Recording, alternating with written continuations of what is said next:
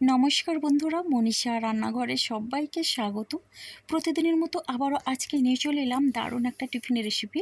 তাহলে চলুন বন্ধুরা রেসিপিটি শুরু করি।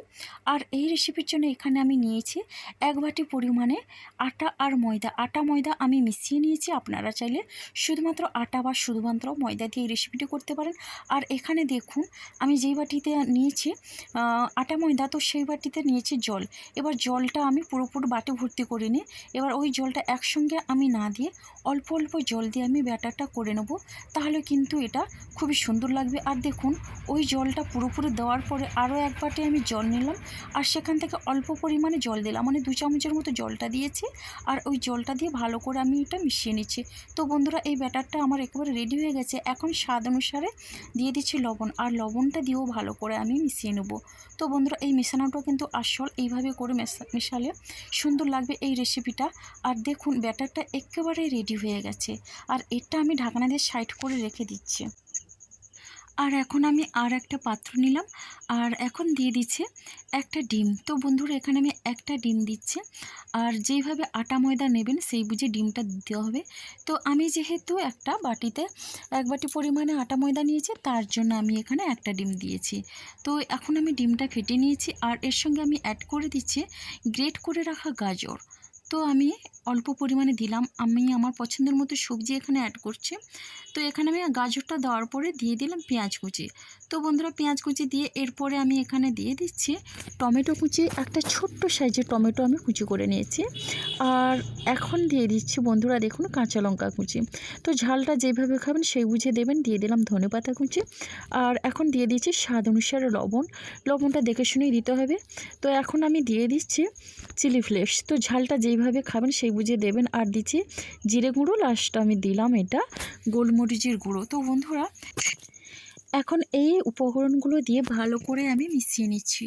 তো বন্ধুরা লবণটা যেহেতু আগে আটা ময়দার সঙ্গে দেওয়া হয়েছে ব্যাটারের জন্যে, আর এখন ডিমের সঙ্গে দেওয়া হচ্ছে, এই লবণের পরিমাণটা কিন্তু বুঝে শুনেই দিতে হবে।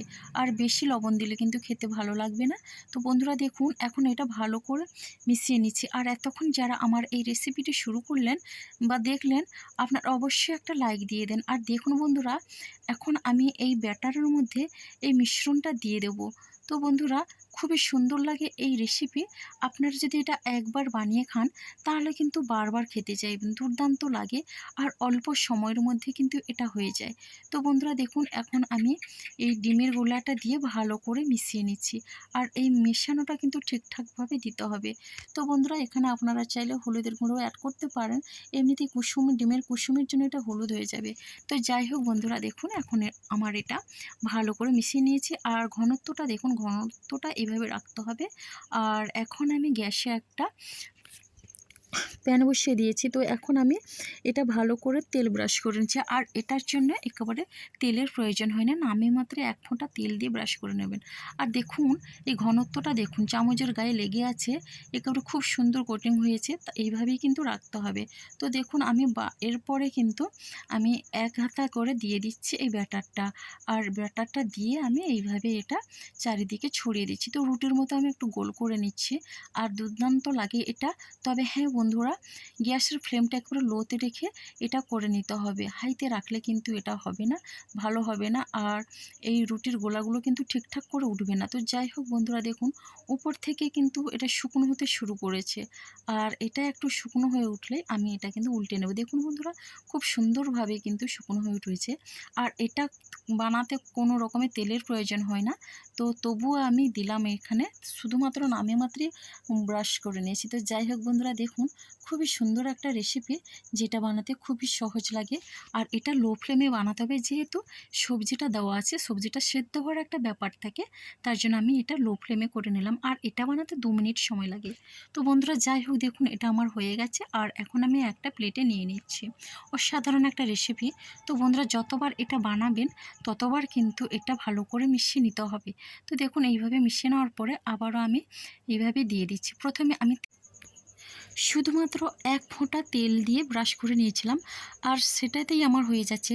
আর এটা নরমাল তাওয়া যেহেতু, আর ননস্টিকের তাওয়া হলে তো কোনো কথাই হবে না, তেলের প্রয়োজন হয় না। তো দেখুন বন্ধুরা, একই রকমভাবে বাকিগুলো আমি তৈরি করে নেব। খুবই সুন্দরভাবে কিন্তু এটা তৈরি করে আসছে, আর উল্টে পাল্টে দুবার করে এটা আমি তৈরি করে নিলাম। খুবই সুন্দর লাগছে বন্ধুরা। তবে হ্যাঁ, গ্যাসের ফ্লেমটা অবশ্যই লো ফ্লেমে রাখতে হবে, যেহেতু পেঁয়াজ গাজরটা দেওয়া আছে। তো বন্ধুরা, এইভাবে করে কিন্তু আমি সবগুলোই করে নেব। খুব জোরে খিদে পেলে অল্প সময়ের মধ্যে এই নাস্তাটি তৈরি করা যায়। তো বন্ধুরা, আপনাদের হাতে যাদের সময় কম থাকে, এটা কিন্তু অনায়াসে আপনারা বানিয়ে নিতে পারেন।